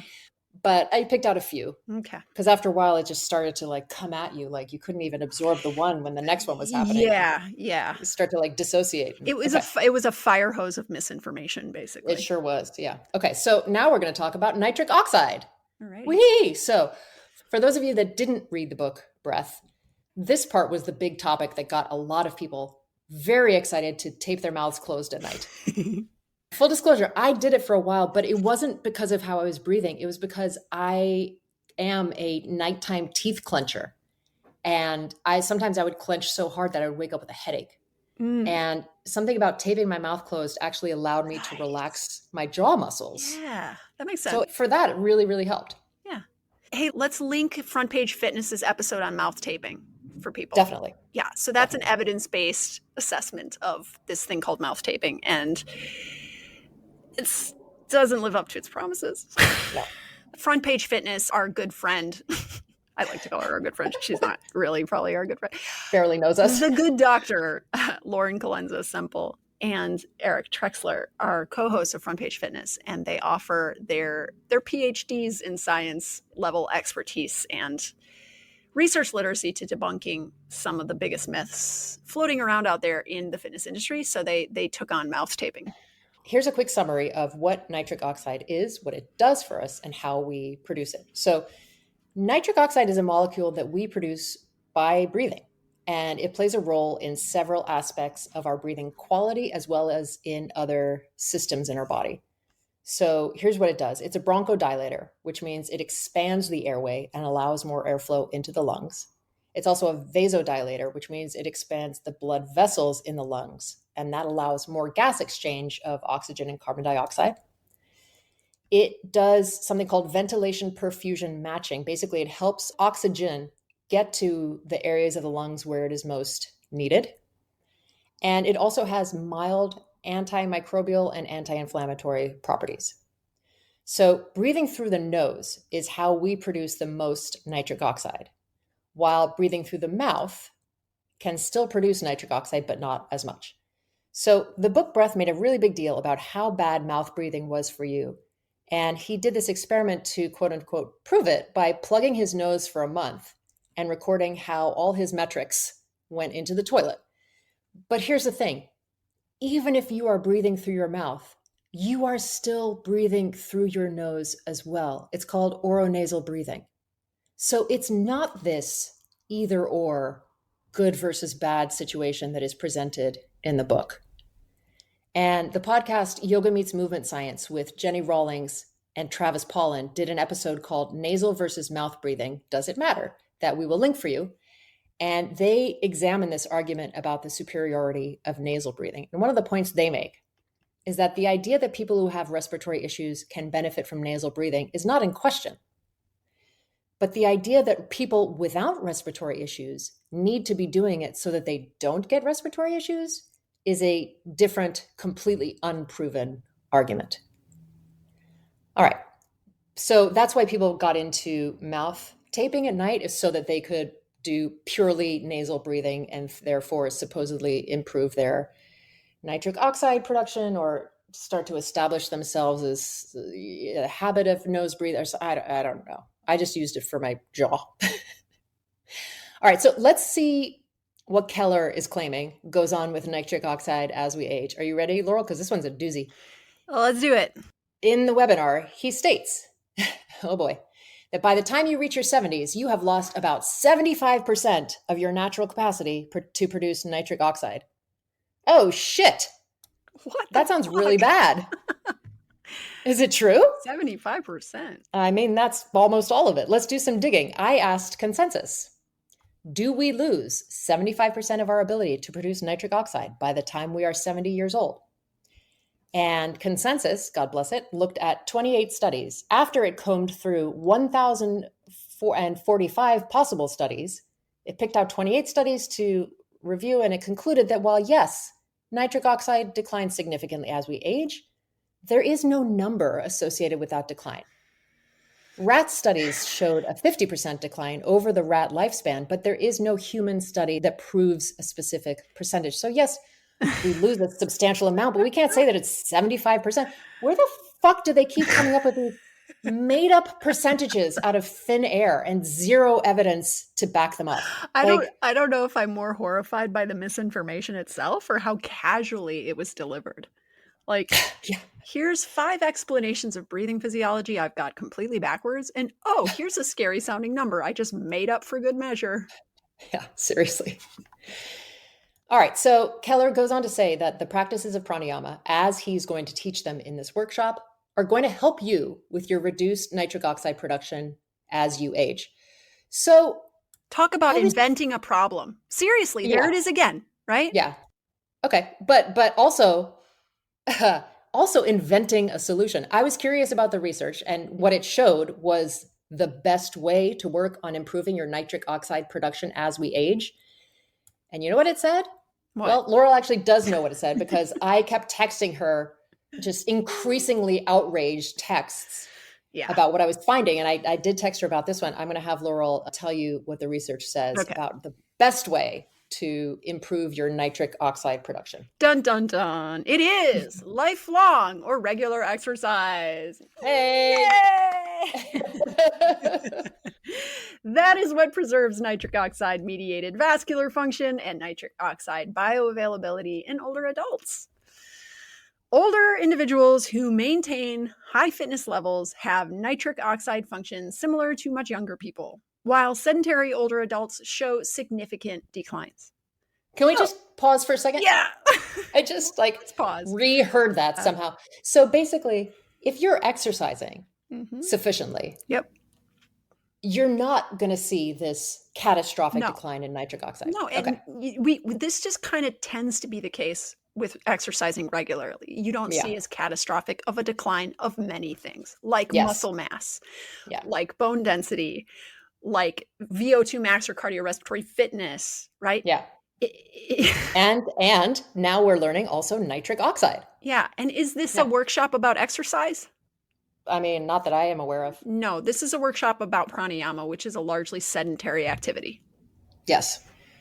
All right. So starting an exercise program in later life, it can restore nitric oxide function within months. This is also not surprising to me because it can also restore muscle mass. Yeah. Right? It can also restore cardiorespiratory fitness. Exercise reduces oxidative stress, which otherwise depletes nitric oxide and improves the health of blood vessels and muscles.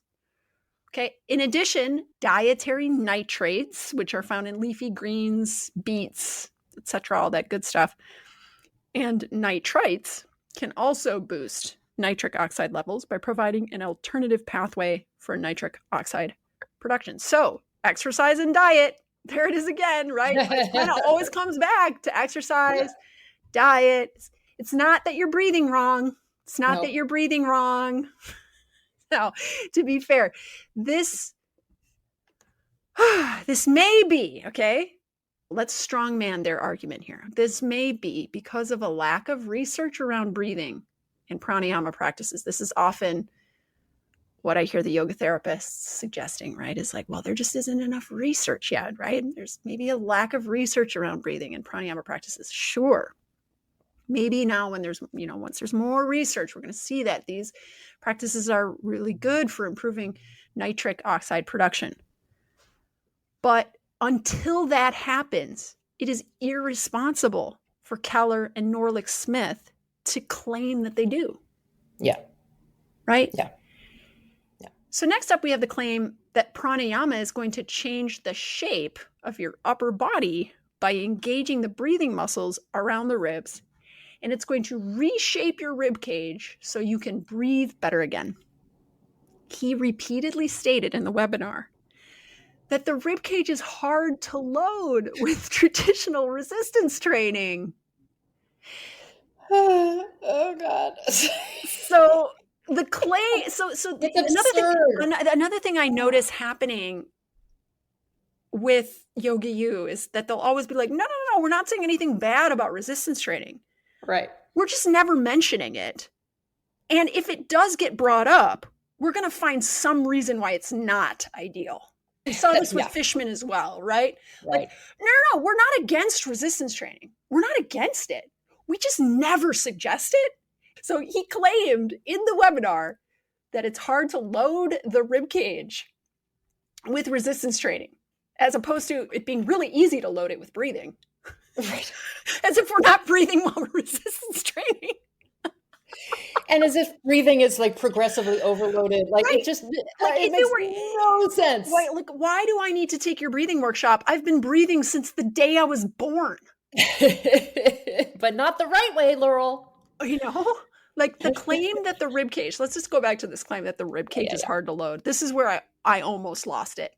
Yeah. The claim that the rib cage is hard to load with resistance training is absurd. Yeah. There are over 20 pairs of muscles that attach to the rib cage, including some of the biggest and most well-known muscles of the upper extremity in the core. The pectoralis major, the latissimus dorsi, the serratus anterior, the rectus abdominis, and the external abdominal obliques. So every time you lift a weight and press it, row it, anytime you do a pull-up, or anytime you train your abdominals directly, you're loading these muscles. And by extension, the rib cage itself. Because remember, the way we load bones with exercise is by targeting the muscles, right?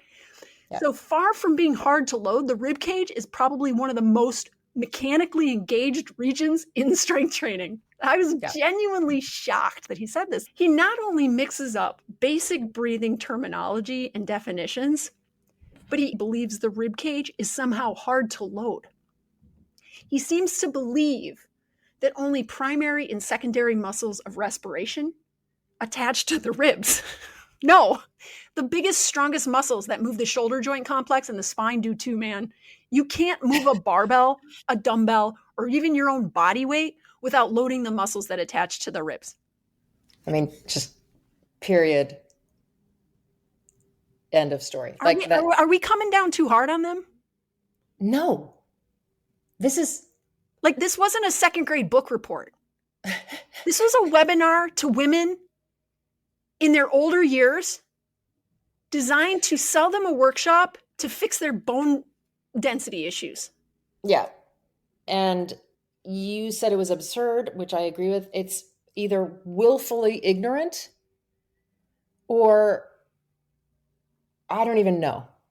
The amount of time I spent trying to figure out if these claims were true is clearly so much more time than they spent trying to figure out if their claims had any basis in evidence. How can you be so careless with people's health? How can you be giving this type of advice, which is positioned as health advice, use all of this medical sounding, scientific sounding terminology, get it wrong? Why is that okay with you? It's not okay with us. I just want to speak to some of the criticism we get about calling people out. Like maybe we should just stick to promoting good ideas instead of dismantling bad ones. Or sometimes people are like, just discuss the bad idea, but don't name the people giving the bad idea, which I think actually is not the right strategy. No, because if you have a problem that's going unmet because of bad information, if you're just simply confused about what the best solution is because of bad information, the problem is bad information. The solution is not more right information. The problem is let's call out and correct the bad information. My husband and I someday want to renovate our kitchen. But let's say at the same time our basement is flooding. Until we take care of the flooding basement, we're not going to be able to renovate the kitchen. Yeah.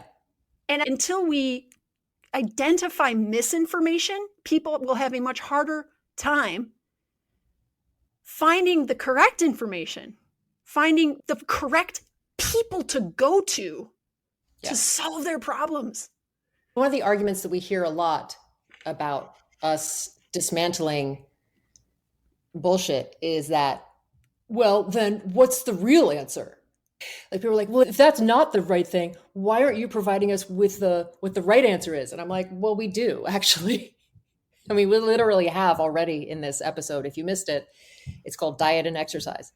Mostly exercise, because that's our wheelhouse, that's our scope of practice. Exactly. But it's also the case that it's way easier to sell someone an overly simplified thing, right? Like breathing for bones, because we talk about this. That's just really easy, right? It seems really easy. Like, why wouldn't I do that? Whereas diet and exercise is like, oh God, where to even start? But breathing for bones is like, oh, well, just take this workshop series. Totally. Easy. Easy peasy. All right. So we're going to move on. Because one of the other things that they throw in, just for fun, is that old stress and cortisol. Oh, we can't have a workshop on breathing geared toward older women without saying cortisol. Yeah. So Keller is saying that by reshaping the rib cage with breathing exercises, it produces less stressful breathing. Sorry, I'm just so ridiculous. And thus, you don't have as much stress. And thus, you won't be overproducing cortisol. They also say that the stress of trying to breathe or get up from the floor raises cortisol. And the danger of all this elevated cortisol is that it impacts your bone mineral density. All right, let's unpack this. So we talk about cortisol a lot in this upcoming season in episodes about menopause myths and also in our interview of Lauren Colenso-Semple. Just to review, cortisol is a naturally occurring steroid hormone in your body that is involved with a lot of different bodily functions. It has a natural daily rhythm of rising and falling. And yes, it does rise with chronic or acute stress. But can we take a look at what the science defines as chronic stressors? Here we go. Number 1, chronic pain. That makes sense? Altered rib cage shape, as far as I know, is not chronic pain. Work and family stress, social adversity and discrimination, chronic illness like cardiovascular disease, irritable bowel disease, and epilepsy are named as examples, not rib cage shape or diminished aerobic capacity. Major life events, unemployment, parenting a child with a chronic illness. So this claim that cortisol is involved in diminished breathing capacity feels like both a reach and a when in doubt, blame cortisol kind of statement. Yeah. While it is true that elevated cortisol will have an effect on your bone mineral density, it is not true that everyone is walking around with elevated cortisol. Yeah. It's also not true that cortisol is the boogeyman, which I think is why they mention it, right? Yes. Is like everyone's ears perk up like, oh no, right. Oh no, I know that's bad. Yeah. All right. We're going to finish by talking about the cardiovascular claims that were also made in this webinar, and they are quite something. First off, Keller defines VO2 max as, quote, the amount that your blood is saturated with oxygen. The actual definition of VO2 max is the maximum amount of oxygen your body can utilize during intense exercise. So it's a measure of the volume of oxygen in milliliters consumed per minute relative to your body weight per kilogram. Keller's definition isn't just wrong. It collapses two completely different concepts into one. So blood oxygen saturation, which is what you measure with a pulse oximeter, almost always stays between 95 and 100% in healthy people, even during intense exercise. It only drops significantly with certain medical conditions, severe COVID-19 and other lung diseases. VO2 max, on the other hand, can vary widely between individuals and can change dramatically with training. It's not about how much oxygen is in your blood. It's about how much oxygen your body can actually use during exercise. In other words, VO2 max measures the combined capacity of your heart, lungs, and circulatory system to deliver oxygen to working muscles, as well as how efficiently your working muscles can then use that oxygen for exercise. A higher VO2 max means you can sustain higher intensity exercise for longer periods. So when someone can't even define a basic physiological measurement like VO2 max, or if in the moment the definition slipped their mind and they fail to tell you, you know what, I don't have the definition on me right now, but I'll look it up. They just kind of came up with something that doesn't inspire confidence in their follow-up claims about aerobic function and how to improve on that. He then also mentioned the, quote, doodads you can use to measure VO2 max, as in wearables, fitness trackers. But just know that the only accurate way to measure VO2 max is using a graded exercise test involving running on a treadmill wearing a mask in a lab. Everything else outside of that uses heart rate as a proxy. Heart rate generally rises in proportion to exercise intensity, so it is a decent proxy for VO2 max, but it's also confounded by all the other things that influence heart rate. It's influenced by far more than fitness levels, right? It's influenced by stress, by caffeine, by cocaine, by lack of sleep, by hydration, by the temperature. Cocaine? Yeah, cocaine, smoking, nicotine, right? Most people are not doing cocaine. What I'm saying is that your heart rate will be influenced by things like drugs, yes, temperature, stress levels. So your heart rate is not a accurate window into your VO2 max. That's the point I'm making. Gotcha. I tell the story a lot about seeing a snake in the woods while I was on a hike and noticing my heart rate was jacked. Right? If I wanted to go like get my aerobic exercise, should I just go out looking for snakes or watch a scary movie or open my email inbox? Right? Like, no. Right. So heart rate is a poor proxy. Right. So this is why wrist-worn VO2 max predictions that you get from your Garmin or your Apple Watch, they should be taken with a grain of salt. These doodads, right? Those don't really accurately measure your VO2 max. They're not measuring how much oxygen you're using during intense exercise. They're just guessing based on an indirect marker of your heart rate, which isn't always a reliable marker. Yeah. Okay, so we've made it this far. Let's keep going. This is the description of the workshop on the YogaU website. And we're talking about cardiovascular activity. And this was written by Keller. Quote, unfortunately for many people above the age of 50, the typical approaches to building cardiovascular fitness and endurance, like running, jumping, fast-paced biking, may not be available. The good news, research shows that ancient yogic breathing practices can have remarkable effects on our cardiovascular system. Remarkable. So he's promoting yogic breathing as a viable alternative for people over the age of 50 who cannot participate in running, jumping, and fast-paced biking for cardio exercise. By the way, he left out a lot of ways that you could participate in cardiovascular exercise. Yeah, seriously. It seems like he is just not familiar with the fact that there are a variety of ways to get your cardiovascular exercise, a variety of intensities that confer aerobic benefits. It doesn't have to be high intensity. Maybe he is not up on the zone 2 lingo. It's like saying some people can't sprint up 10 flights of stairs, so the next best option is breathing. Further down the page, he says this. Perhaps most remarkably, studies have found that pranayama can actually increase our body's maximum oxygen uptake, VO2 max, a key indicator of cardiovascular fitness, even more effectively than traditional aerobic exercise. Huh. Wait a minute. Wow. So you're saying I can just sit here and breathe and it'll be better than actually doing cardio? Yeah, that is the claim. I mean, get out of town. Sign me up.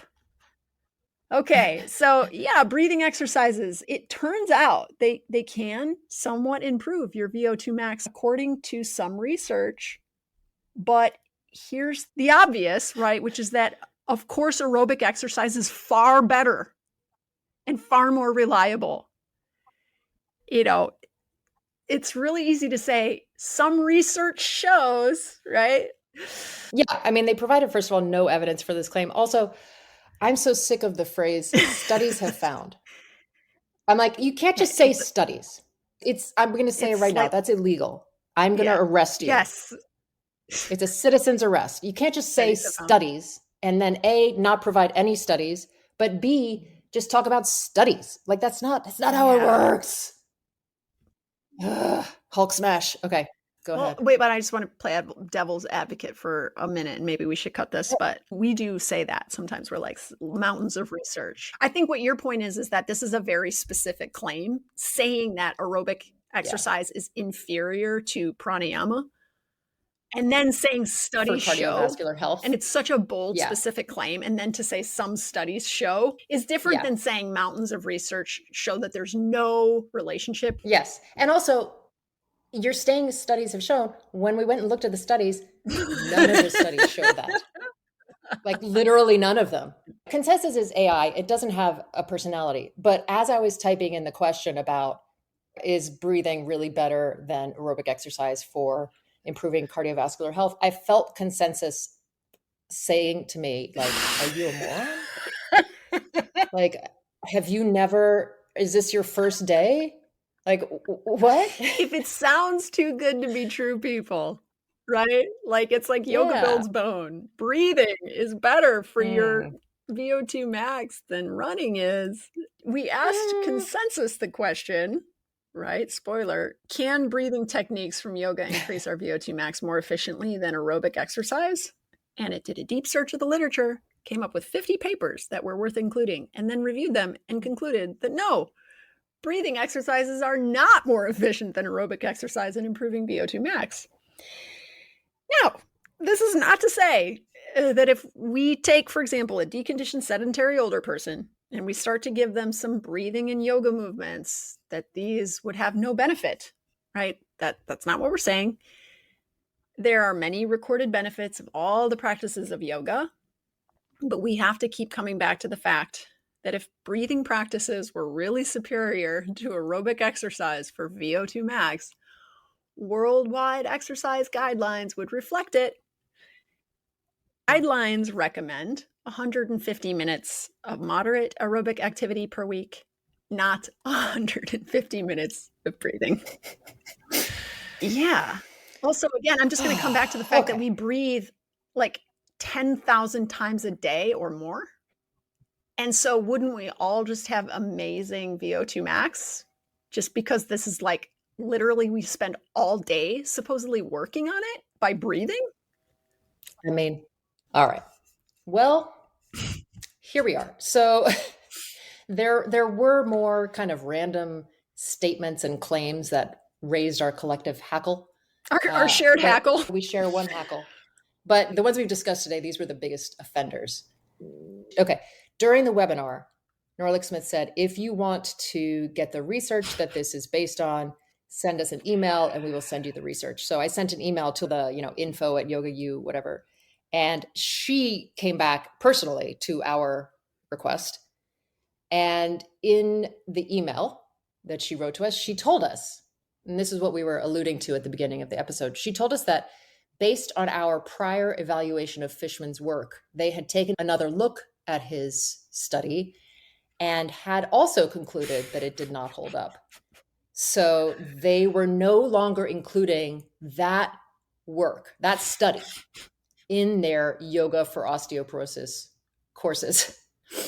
And we responded by saying that we were glad to hear that they had done this, but in our opinion, they needed to completely divest from their relationship. They have not done this. And instead, here's what they have created. And this was another separate promotional email that I received from YogaU. And this is a quote.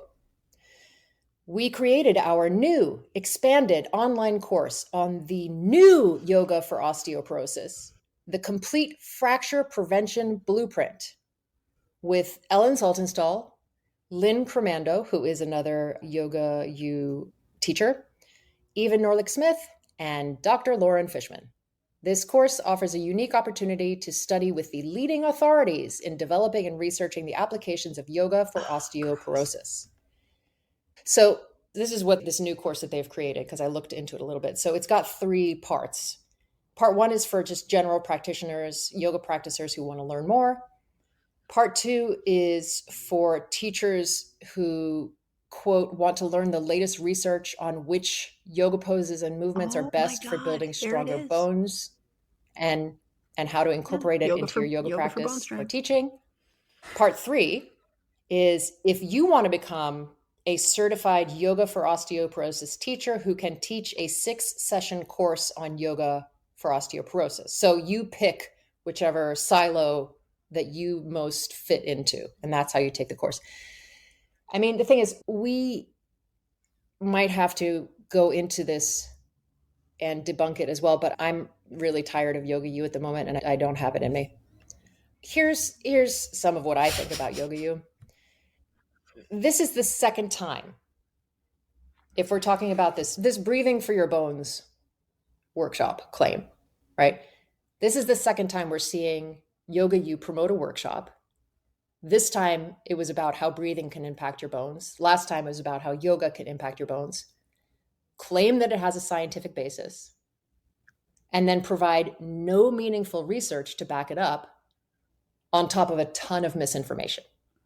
And that's kind of the part that I find the most egregious. If they didn't try to claim that this was backed by research, if they just said, hey, let's work on breathing together, everybody benefits from breathing. Yeah, mindfully. Mindful breathing practices, meditation type practices. Yeah, great. I would be all about it if they were like, hey, let's just get together and practice some pranayama together. Fine. But trying to crowbar breathing into the bone density conversation. Why? Because bone density is a hot topic at the moment. And doing it without clear research to back it up, it feels to me like 2 things. The first is that Norlick Smith continues to try and make yoga practices efficacious for bone density. And the second thing is this kind of like messy, under-researched associations that they have found that no science-based person would ever say backs the argument does feel very on brand for the world of yoga and yoga marketing. It's assuming your audience will just accept it wholesale. And I mean, I have found in the world of yoga, these types of broad claims are often accepted because of the power dynamics involved in the guru to student relationship. Now, this is not to say that we think yoga teachers are stupid. Sometimes people get mad at us because they're saying, you think yoga teachers are stupid and they can't discern things. I'm not saying that. I'm saying like the world of being a yoga teacher involves some amount of conditioning to not question what you're being told, but to just accept it. That is the opposite of the scientific approach. Yeah, absolutely. Yeah, I can't overstate how enraging this is. Yeah. Like YogaU is literally telling people that instead of doing actual cardio, one of the most well-researched life-extending disease-preventing forms of exercise, that we can get possibly better benefits from just sitting and breathing. It's wrong. This is misinformation. It's irresponsible. It's harmful. And it's an absolute betrayal of the word yoga. Because if you strip yoga down to what it has always been at its best, which is an ethical practice, as well as a practice of awareness, discernment, perhaps between what is and isn't ethical, what is and isn't honest, what is and isn't harmful. This is the exact opposite of that. You don't get to co-opt yoga's name and value to peddle your pseudo-physiology that convinces midlife and older women to skip the very thing that could do the most benefit for their hearts, their lungs, their bones. That's not yoga. That's opportunistic wellness theater. It's dangerous. And I'm furious that that's how they drag yoga's name into this. It doesn't just miseducate people, it actually discredits the entire tradition by turning it into a marketing gimmick. But meanwhile, people get mad at us because sometimes we curse. Yeah. YogaU, to use a phrase that I thought up a while ago and have been desperate to use, and I think this situation really is appropriate. YogaU puts the ick in unethical. Nice. All right. Laurel, what do you think YogaU should or could do to fix this? Can they fix this? I mean, everybody makes mistakes. It's true. Right? In the first episode of the season, we talk about the mistake we made. We corrected the information. Yes. Right? If you can't admit that you make mistakes, you can never correct the mistakes you make. So the first step is to actually admit that you've made a mistake, not just in a private email to us, but publicly. Right? You put your reputation on the line, you put your bottom line on the line, and you go, I fucked up. I take responsibility for that. But if you can't admit that you made a mistake, right? That'll never happen. So yeah, they could fix it. And the way they do that is they publicly apologize for spreading misinformation, right? Then they correct the misinformation clearly and transparently. But more than that, I think we need to back up because I think YogaU has some serious soul searching to do. I think they need to sit with themselves and confront how far they've drifted from the evidence, how easily they've misled the very people who've come to trust them and the information they share, and whether or not they're actually living up to the ethical foundations of yoga that they claim to represent. I completely agree. And I predict that we are going to get at least one email from Eva Norlick-Smith about this when it airs. And it'll be interesting to see what she says. Okay. Thank you, everybody, so much for listening. And I hope the majority of our listeners understand that while, yes, we curse, and yes, sometimes we poke a little bit of fun or make jokes about things, we are so serious that this company is doing a massive disservice, and they're trying to renovate your kitchen while flooding your basement. And so I hope that comes through in what we have said today in this episode. Just because Sarah and I are women doesn't mean we can't speak forcefully, right? We're going to do that. Yeah. We're going to do that. And we're going to do that in the face of claims like the ones that we saw today. So thank you for listening. As always, you can rate, review, and subscribe. If you have someone who's a big YogaU super fan, share this episode with them. I mean, it might backfire, but we'll see. And you can also sign up for, what are we calling it now? We were calling it our wait list, but we're calling it our interest list. We're calling it our wait list. Interest list is fun to say. Although I do kind of like priority access. That's a little bit jargony for me. Yeah. Does that feel like you're getting on an airplane? Priority access sounds like I'm going to get a big seat. Yeah, nice comfy chair. I get to board first. And a free drink. Yeah, you do. No charge for extra baggage. Okay, so we have an interest list for people who are interested in our bone density course. So you can sign up for that interest list in the link in the show notes, or if you follow us over on Instagram. And I think that's it. We will see you next week.